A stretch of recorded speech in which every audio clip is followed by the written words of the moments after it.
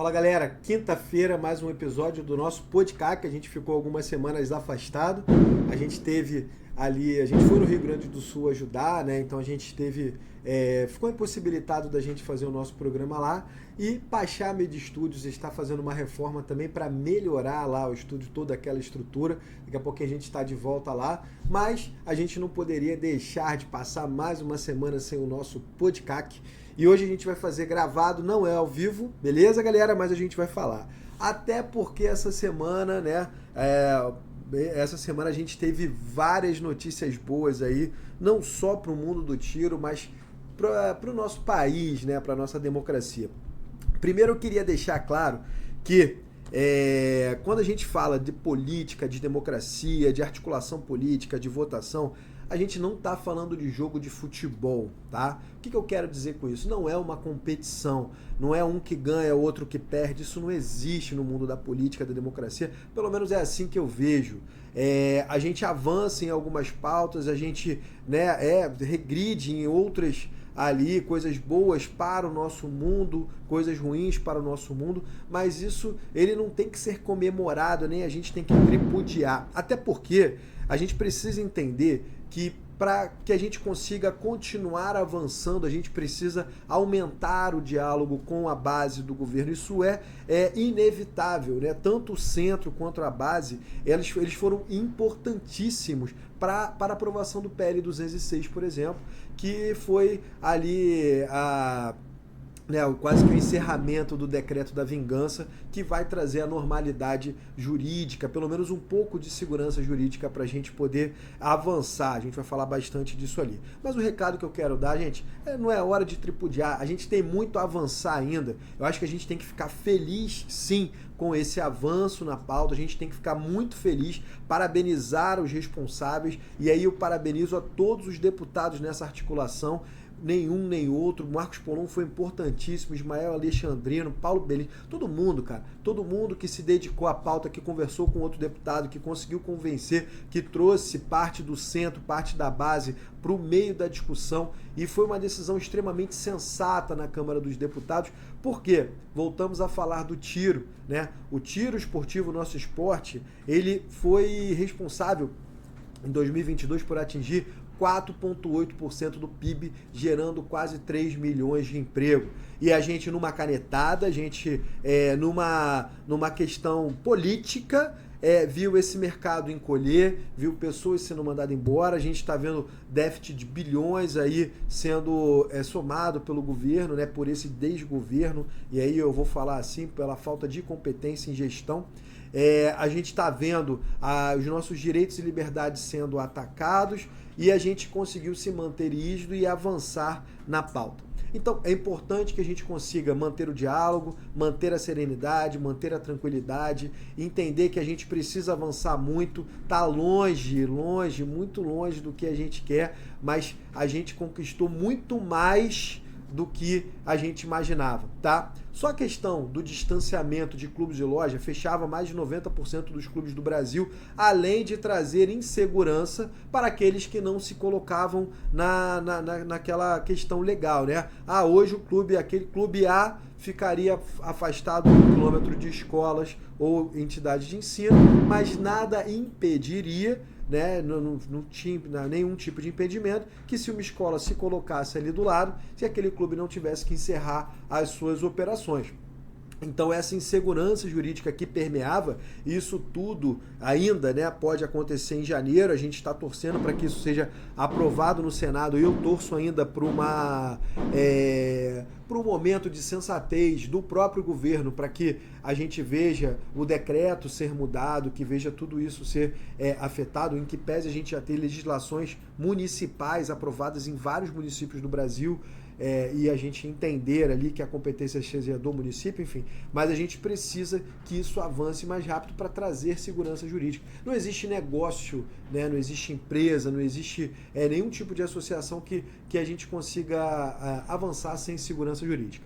tá bom? Então, dito isso, né, não é momento da gente tripudiar, muito pelo contrário, é momento da gente se manter unidos, da gente entender que o fortalecimento do nosso grupo ele precisa avançar, que o convencimento de mais pessoas é necessário, que a gente trazer para a pauta conservadora e aí falar de armamento dentro dessa pauta conservadora é importante, entender a importância das eleições de 2024, fortalecer os grupos de direita conservadores, fortalecer, realmente identificar ali as pessoas para que a gente consiga manter o nosso ativismo político vivo, tá? Estamos passando por isso porque todos nós negligenciamos em algum momento de participar politicamente. E esse erro a gente não pode mais cometer. E a gente tem que aprender e aproveitar como que a gente vai fazer parte dessa vida política ativa. O tiro esportivo, principalmente, ele é feito de formadores de opinião, né? São normalmente pessoas intelectualizadas, pessoas inteligentes, pessoas que comprovam residência fixa, ocupação lícita, capacidade técnica e psicológica, enfim.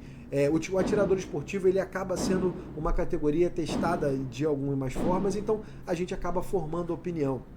São pessoas normalmente que têm uma vida financeira estável, então é um grupo que consegue se influenciar politicamente, né? Então a gente tem que aproveitar essa força e essa eloquência e fazer isso com serenidade, com objetivo, com intenção. A gente tem que ser intencional nas nossas atitudes ali para que a gente não perca o caminho. E quando a gente atingir os nossos objetivos, que ganha quem não desiste, eu tenho certeza que nós avançaremos ainda mais na pauta, a gente não pode esmorecer e a gente precisa continuar traçando novos objetivos e continuar avançando para que a gente consiga trazer os nossos valores de volta, tá?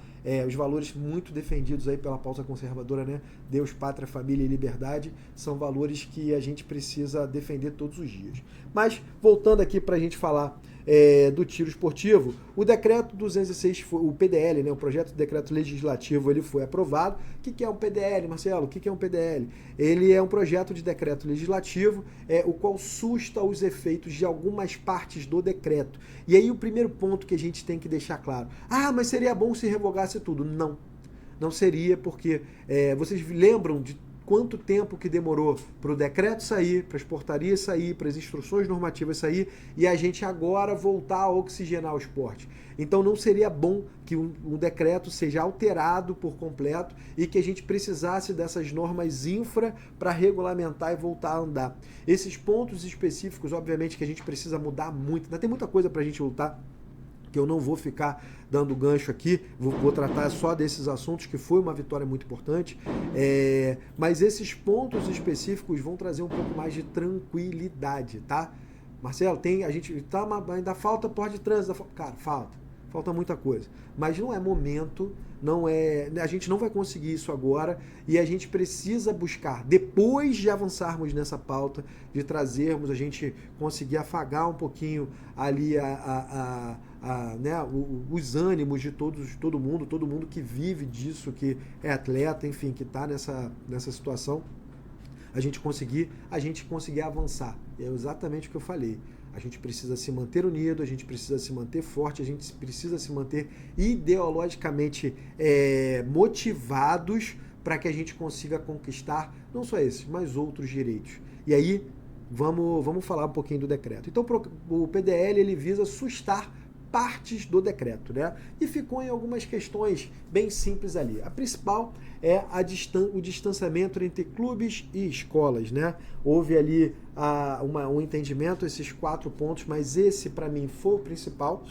E para vocês entenderem, foi aprovado o requerimento de urgência e logo depois, entre acordo de líderes, foi aprovado o mérito desses pontos principais, tá? Primeiro, essa questão do distanciamento de escolas e clubes. A gente vem falando disso há muito tempo. E o Proarmas de Rio de Janeiro, a gente fez diversas audiências públicas ali, a gente conseguiu falar em diversos lugares sobre o absurdo, né, a ilegalidade, a inconstitucionalidade que esse tema era visto, e a gente conseguiu que isso avançasse na Câmara ali de uma forma muito tranquila, né? A gente, quando eu falo, toda a nossa bancada, o nosso mundo ali. E isso vai trazer estabilidade, gente. Isso vai trazer uma tranquilidade muito grande, porque mais de 90% dos clubes iriam baixar as suas portas. Você imagina você trabalhar todos os dias com empregados, com folha de pagamento, com etc., com toda uma estrutura ali, toda uma empresa que em janeiro de 2025 todos seriam obrigados a fechar suas portas. Era uma faca muito grande, é ainda uma faca muito grande no peito de todo mundo, e o trabalho com todo mundo, tá? Psicologicamente também, com todos os empresários, com todas as pessoas que vivem, né? Vivem para isso, vivem para o tiro, estava sendo muito complicado. Muita gente, né, esmorecendo, mas a gente, enfim, batendo ali. Então isso foi, para mim, uma das principais vitórias. Outro ponto também, e aí eu vou ler aqui, foi a questão da transferência das armas para o acervo de coleção, né? Estava tendo algumas exigências ali do decreto, a questão de declaração do IFAM, né, que impedia você transferir dos acervos. Para quem não sabe, o CAC são 3 categorias. Então o CAC, que é colecionador, atirador e caçador, ele possui 3 acervos, né? Cada categoria é um acervo distinto e o seu equipamento tinha essa distinção específica ali. E essa transferência dentre os acervos, ele estava sendo praticamente impedido ali por algumas burocracias, principalmente na questão da declaração do IFAM, né, o patrimônio histórico, que não tinha nem mais um setor que falasse sobre armas, era inviável ali, era uma coisa inexequível, colocaram no decreto, como quase todo ele, né, mas era uma obrigação inexequível. Então era impossível de você transferir uma arma para um acervo de coleção. Muitas pessoas estavam tendo esse tipo de problema e seria uma solução para a gente poder respirar, né? As armas de coleção, elas não podem, a gente não pode atirar com elas servem só para colecionar, que é uma atividade esportiva, tá? O colecionismo é uma atividade esportiva, sim. Então, temos grandes colecionadores no Brasil e isso estava sendo impedido de ser feito, esse decreto vai trazer. Então falamos do distanciamento da escola, falamos ali da questão da transferência de acervo, que vai melhorar, inclusive para os acervos de caça, acervo de tiro também, por esses incisos que estão sendo revogados, isso vai ajudar. A habitualidade, né? Deixa eu pegar aqui direitinho para a gente ler. Vamos lá. Inciso 3, então a gente falou do inciso 3 do artigo 35, deixa eu acessar aqui, para a gente poder ler, para vocês entenderem melhor também. Aqui a gente recorre a tudo, né? Eu gostava mais do papel, que eu já deixava com o meu post-it tudo separadinho, mas vamos recorrer à tecnologia. Então, o artigo 35 fala: para a concessão do CR pelo Comando do Exército, o interessado deverá estar filiado à entidade de tiro e comprometer-se a comprovar, no mínimo, por calibre registrado. E aí o inciso 3, né, fala 20 treinamentos em clubes de tiro e competições, das quais 2 em âmbitos nacionais e internacionais no período de 12 meses para atirador nível 3. Então foi revogado, né, vai ser revogado isso do artigo 35. Não, na verdade, desculpa, li errado aqui. O 3, o artigo 35 da questão da comprovação por calibre registrado. O que acontece, para a gente explicar? Desculpa que eu li errado, é muita tela. A habitualidade não vai ser mais por calibre, mas vai ser por pessoa. Então devem manter ali o número de habitualidades, né? Isso que a gente espera que seja revisto, obviamente, mas que não vai ser mais por calibre, vai ser por pessoa, o que vai ajudar a trazer mais segurança. E aí eu vou trazer o porquê disso, né? E também a fundamentação. Quando você fala em habitualidade por calibre, obriga o atirador desportivo a circular com mais equipamentos. Vamos lá, o cara tem 10 calibres, ele é obrigado a circular com 10 armas na rua sem o porte de trânsito, que é um absurdo, né? Principalmente falando em Rio de Janeiro, São Paulo, cidades mais perigosas,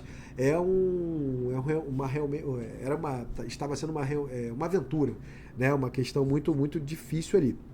Mas agora, por calibre, você diminui essa circulação, traz mais segurança para o atirador, né? Você consegue com que ele faça a habitualidade de maneira mais tranquila, você mantém a obrigação do atirador desportivo ir ao clube, tá? Eu não vou entrar no mérito dessa questão da obrigação, eu não concordo que o esporte tenha que ter obrigação, mas evoluímos, né? A gente avançou. Quando eu falo que eu não sou obrigado, ninguém é obrigado. Quem faz jiu-jitsu, que é um competidor, é obrigado a treinar. Se o cara quiser só competir, ele vai competir. Se o cara quiser treinar, ele vai treinar, mas enfim. O Brasil, né? Parece que o esporte do tiro, ele vem lá de Marte, mas a gente já evoluiu, né? Andamos um pouquinho para frente e trouxe um pouco mais de segurança física, mesmo segurança pessoal para a pessoa. Quando você pode andar com menos equipamentos, você chama menos atenção ali, que era um problema óbvio, né? Que a gente também não estava expondo tanto, mas era uma preocupação que todos nós tínhamos em todos os clubes, etc., né, e tal, por motivos óbvios. Então, foi uma decisão muito sensata também de acabar com essa habitualidade por calibre, tá? O Senado mantendo, a gente vai bem legal. Outro inciso que foi revogado é o inciso 1º e o parágrafo 1º do artigo 38. A gente já está aqui pertinho. Então, o inciso 1º. Na concessão de CR das entidades de tiro do Comando do Exército, observará os seguintes requisitos. E aí tá, a entidade de tiro na data a distância superior a 1 quilômetro. A gente já falou sobre isso. Então, esse distanciamento está aqui no artigo 38. Ele vai encerrar ali essa obrigação, mantendo todos os outros requisitos, tá? O único requisito que foi revogado para concessão e renovação de CR para entidades de tiro foi o distanciamento, que nunca aconteceu. Não existia prova científica alguma, número algum, não tem no Brasil nenhum caso de violência que justificasse clubes de tiro e escolas. Muito pelo contrário, próximo a clubes de tiro a gente tem índices menores de violência, isso é provado, né? Várias pessoas falam sobre isso, mas de uma maneira aviltante, né? Aviltante que eu falo até intelectualmente falando, porque, né, não tinha parâmetro científico nenhum. Isso estava constando no decreto 11.615, como outras coisas também, mas estava constando ali, e isso foi revogado, trazendo segurança jurídica para milhares de clubes de tiro. Milhares de empregos vão ser salvos. Uma indústria que vai continuar gerando impostos, vai pagar tributos, vai ajudar na receita do nosso país só por conta dessa canetada, tá? Então foi uma decisão extremamente sensata da nossa Câmara dos Deputados, e a gente espera que isso o mais rapidamente possível seja mantido no Senado Federal, ou que o ministro da Justiça, né, juntamente reveja e mantenha ali, respeite a vontade da Câmara, e reveja isso de uma maneira muito, muito rápida, alterando esses dispositivos no decreto, que seria hoje a melhor composição política, traria ali uma tranquilidade política muito grande, tá bom? Vamos avançar aqui. Os incisos também foram revogados, né? Os incisos 1, 2, parágrafo 1º e 2º do artigo 41. Vamos lá. O artigo 41 fala que a prática de atividade de colecionamento de armas será permitida a maiores de 25 anos de idade e dependerá da concessão prévia. E aí, os incisos 1 e 2 do parágrafo 1º, é vedado o colecionamento de armas de fogo, de armas automáticas de qualquer calibre, semiautomáticas, de calibre de uso restrito, cujo primeiro lote de fabricação tenha menos de 70 anos. Então eles acabaram com essa restrição, que é óbvio, tem pessoas que já têm esses equipamentos na coleção, do mesmo tipo, marca, modelo, calibre do uso das Forças Armadas. Também é muito comum que que colecionadores colecionem armas de calibre de uso das Forças Armadas, porque vira parte da história, né? O acervo de coleção, ele tem a intenção de manter a história das armas conta a história do mundo. Isso é fato, tá? Então, também nada contra, são atividades extremamente controladas, equipamentos controlados, que não podem atirar, eles ficam guardados em lugares especiais, enfim.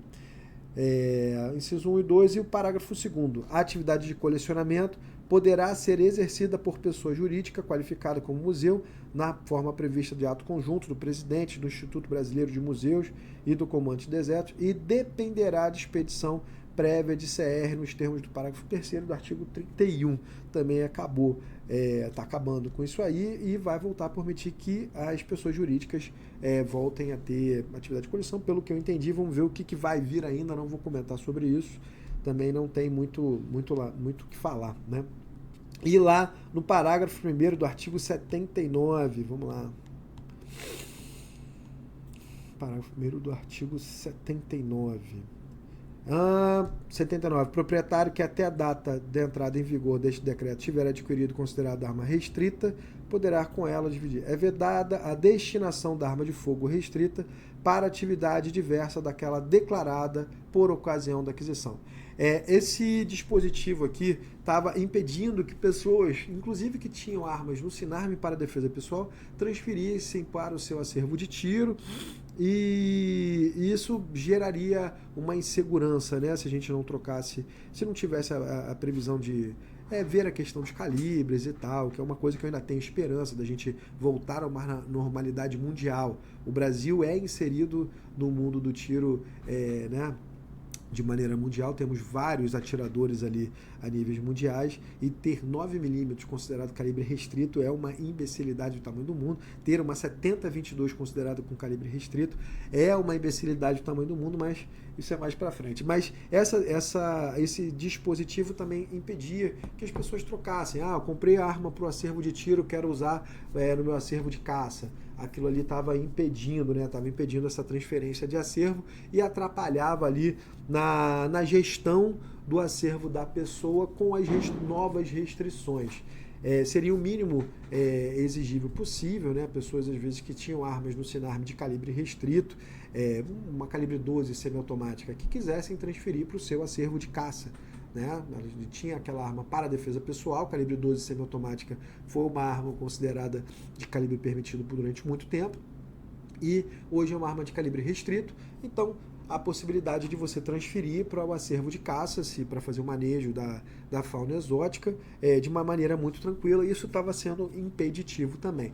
Então essa gestão do acervo, até porque todos os equipamentos foram adquiridos com dinheiro de cada contribuinte, isso estava gerando uma insegurança jurídica para todo mundo, né? Afinal de contas, a gente não está falando de equipamentos baratos. Todo mundo trabalhou muito para adquirir os seus equipamentos e para praticar o esporte ou para utilizá-los para defesa pessoal, para caça, enfim, para o colecionamento. Mas a gente está falando de patrimônio, né? Está falando de propriedade privada. Por mais que seja autorizada de maneira seja autorizada pelo Estado, né, e dito a título precário, a gente está falando de patrimônio de dinheiro, né? A gente está falando de uma quantia monetária que foi investida ali, que foi pago imposto para você ter aquele bem, que você, né, pagou todos os tributos e se adequou a todas as regras naquele dia. Então, por mais que não se fale abertamente de direito adquirido, mas há um direito envolvido ali.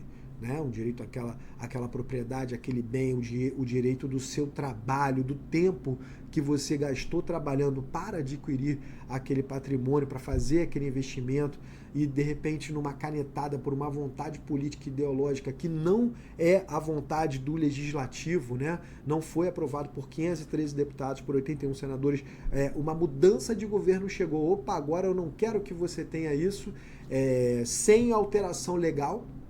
Então, isso é para deixar claro, né? A gente está falando de um decreto regulamentador sem alteração da lei, né? A Lei 10.826 é de 2003 e fica ali, não traz essas imposições. Então, a gente está falando de uma política ideológica que realmente não justificaria a intervenção na propriedade, a intervenção no patrimônio, a intervenção no dinheiro. A única coisa que a gente não tem de volta é o tempo. Então, o tempo investido do trabalho para você adquirir aquele seu patrimônio, ninguém vai te devolver, o Estado não vai te devolver. E ele não dar condições para que você faça a gestão desse patrimônio que foi envolvido, do dinheiro pago ali, dos impostos e tributos, não dá condições de você fazer gestão e manter aquilo, né, dispor como você quiser, é também uma questão que deve ser pensada, deve ser avaliada sim. Existem colecionadores, principalmente, que têm uns acervos que investiram a vida deles. Foi uma escolha e foi autorizado legalmente para isso. Então, enfim, eu acho que há a sensibilidade do poder legislativo de entender isso. A gente não pode amanhã mudar uma ideologia, se a gente continuar nessa analogia, amanhã falar que carros, né, acima de 1.0 eles vão ser de propriedade do Estado, que você não pode mais ter carros acima de 1.0 e o governo vai tomar os seus carros.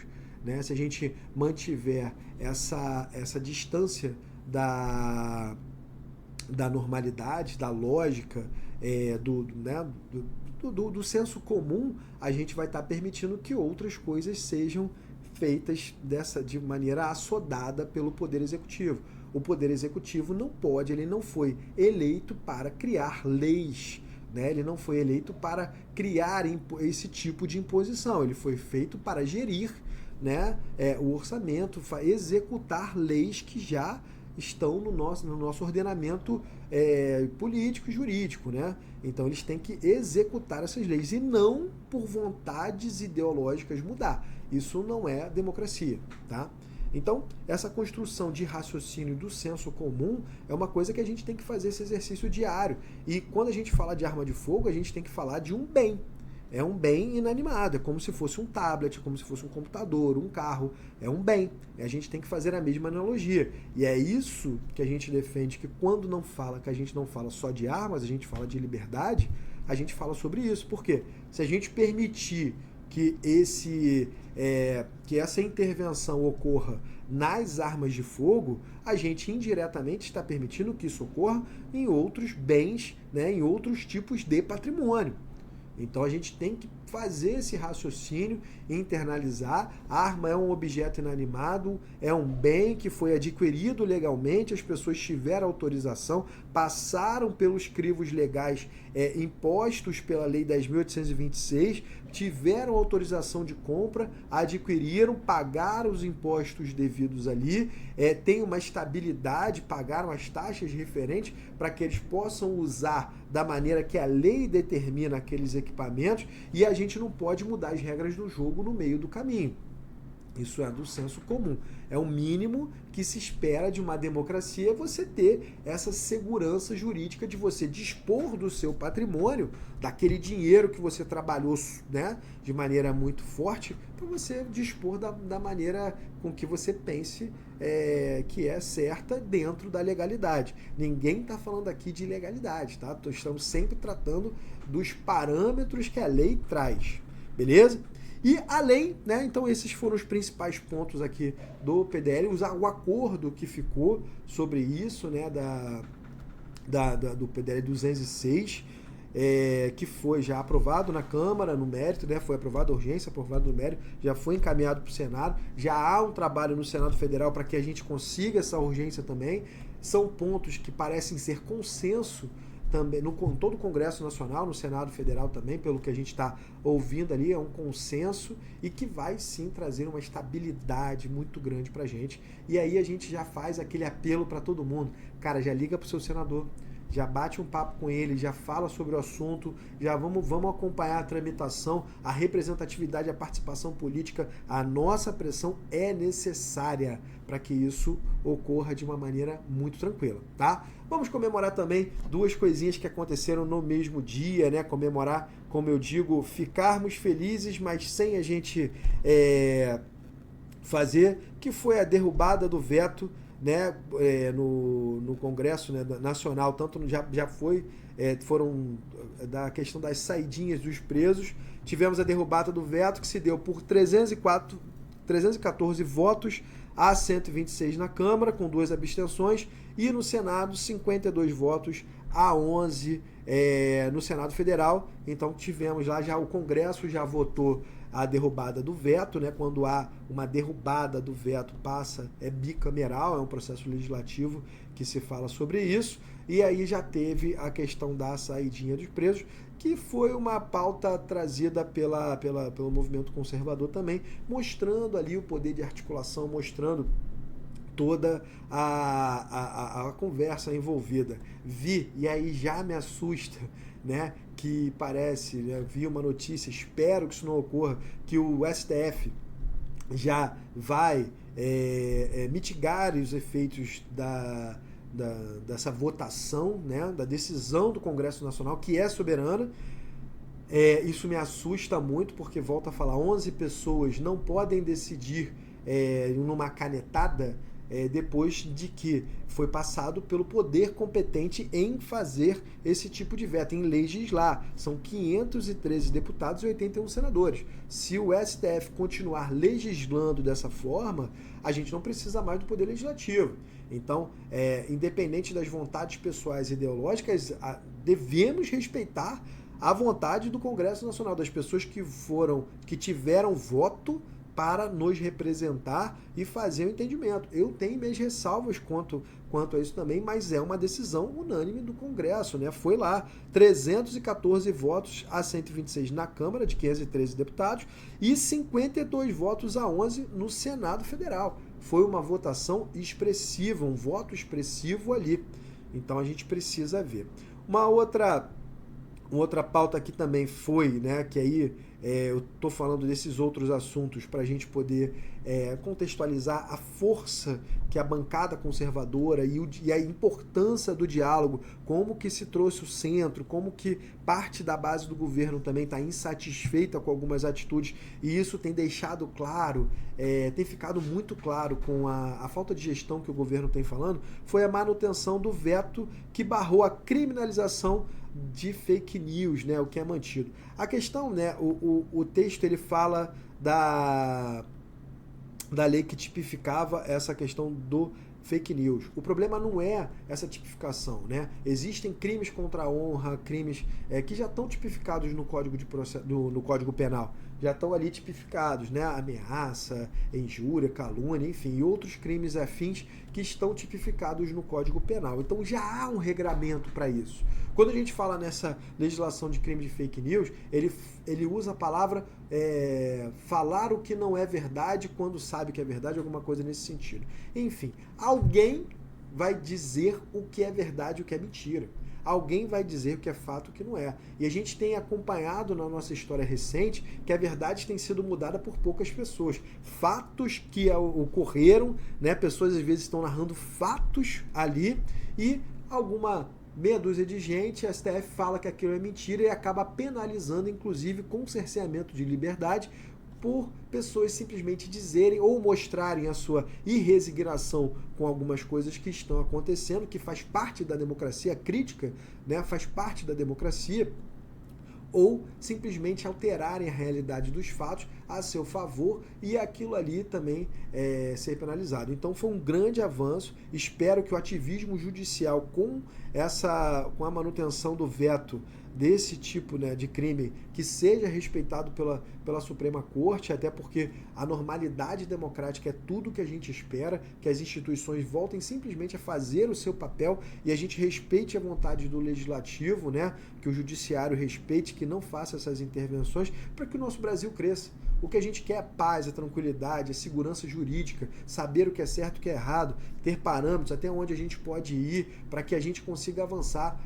Eu vejo o Brasil perdendo muito tempo medindo poder e pensando, né, que é um jogo de futebol onde um ganha e outro perde, o ego, a vaidade, todos esses sentimentos envolvidos para um mostrar mais força do que o outro, né? E as pautas importantes que é para fazer o nosso país crescer, né, estão sendo perdidas ali. Então acho que a gente precisa ser adulto. Eu vejo às vezes algumas discussões inócuas em várias esferas, discussões e fatos completamente inócuos, atitudes que não deveriam ser tomadas por ambos os lados às vezes, né? E aí eu vou fazer um meia-culpa aqui para todo mundo, né, direita e esquerda. Desperdiçar energia à toa quando a gente deveria se preocupar com o crescimento do nosso país, com o bem-estar do nosso povo. A gente está tendo uma tragédia no Rio Grande do Sul absurda, então acho que a gente deveria concentrar nossos esforços nos nossos irmãos gaúchos para recuperar aquele estado que foi perdido. Enfim, a gente tem que parar essa polarização, ela não é boa para o nosso Brasil. O Legislativo tem a oportunidade de passar, botar panos quentes, da gente poder centrar, botar a bola no chão e caminhar para que o Brasil cresça. Eu sinceramente não espero isso do Poder Executivo, nem tampouco de alguns atores do Poder Judiciário, mas eu espero que o Legislativo faça a sua parte, até por ter uma presença maior de pessoas, mais pessoas pensam melhor do que menos pessoas. Então, como a gente tem um colegiado grande no Legislativo, mostrar essa sensatez, mostrar essa vontade de fazer com que o nosso país volte a caminhar. A gente passar rapidamente por essas pautas que trazem essa polarização, trazem essas discussões que acabam energizando mais os ânimos ali, passar rapidamente, o Legislativo tomar as decisões, votar e vida que segue com a nossa democracia, usar dos meios democráticos para se alterar se for o caso, mas que os ânimos eles deem uma diminuída e o nosso país cresça, porque a gente está se afundando num buraco que depois é muito difícil de tirar, né? Dizem ali algumas frases que a direita só refaz o que a esquerda destrói. E a gente tem visto o nosso país sendo destruído pela esquerda, infelizmente. E é isso que a gente não espera que aconteça, porque a alternância de poder no nosso país ou em qualquer democracia é importante, mas você pegar um país, né, vivo, saudável e que você fazer um país crescer é muito melhor do que você pegar um país destruído que você tenha que reconstruir. Vamos pensar nisso. As eleições de 2026 passam pelas eleições de 2024. Vamos fortalecer o movimento conservador, vamos fortalecer o tiro esportivo, a nossa direita, entender os nossos valores, internalizar os nossos valores ali. Eu tenho visto muita gente que se diz de direita indo para o lado politiqueiro, né? Pensando mais em vantagens pessoais do que pensando no nosso país, nos nossos municípios, nos nossos estados, enfim, pensando na coletividade. Isso é um absurdo. Se você professa uma coisa, se você diz uma coisa, você tem que vivenciar aquilo. Então, não se distancie dos nossos valores. Vamos nos manter. A direita unida, ela pode mudar o nosso país. Então, é isso. Grande abraço. Hoje foi rapidinho, eu tô sozinho, falo pra caramba. Mas a gente está sozinho aqui, mas só para não deixar o podcast cair. Semana que vem, se Deus quiser, a gente já está de volta com os nossos entrevistados. Tem muita coisa legal ainda para esse ano. Falar bastante do tiro esportivo, da nossa força. O podcast tem essa característica da gente entender o contexto, né, e fazer com que o tiro esportivo participe do contexto nacional. É isso que a gente quer, mostrar a cara do atirador, mostrar quem são os nossos atiradores desportivos, mostrar que o mundo do tiro está vivo e que desistir não é opção. Grande abraço, até quinta-feira da semana que vem.